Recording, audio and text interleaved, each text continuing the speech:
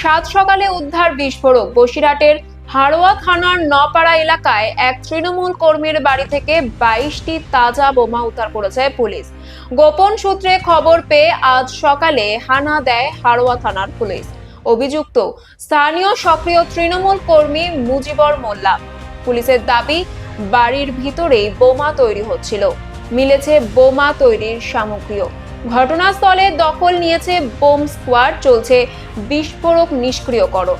ভোটের মুখে এত বিপুল পরিমাণ বোমার মজুদ কার জন্য, কেন, কোথায় ব্যবহার হতো, উত্তর খুঁজছে তদন্তকারীরা।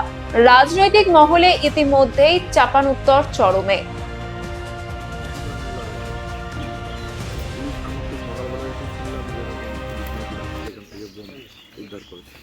কতগুলো বোমা? 30-35টা বোমা উদ্ধার করেছে।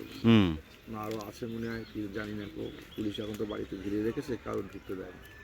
বোমাগুলো কোথায় ছিল? বাড়িতে, বাড়ির ছাদের উপরে ছিল। পুলিশ সেগুলো উদ্ধার করেছে।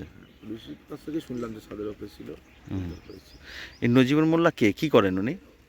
উনি বাড়ি আমাদের নপাড়াই গ্রামে বাড়ি, চাষবাস করে।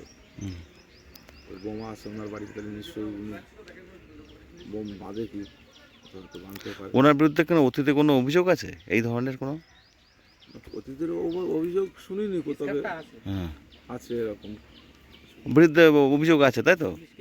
পুলিশ কেস আছে। এবং কোন দল করেন উনি? টিএমসি পার্টি করে আর কি। আমরা তো এখন তো আমাদের এখানে আপনি জানেন যে মিনাখা ব্লকে দুটো গ্রুপ আছে, মিনাখা বিধানসভায়। তো সেখানে আমরা মাস্টারের মানে খালেক ফরিদের দল করি, আর ওনারা মিঠুন মাস্টারের সঙ্গে দল করে। মানে একই পার্টি আমরা, দুটো গোষ্ঠী এরকম আর কি।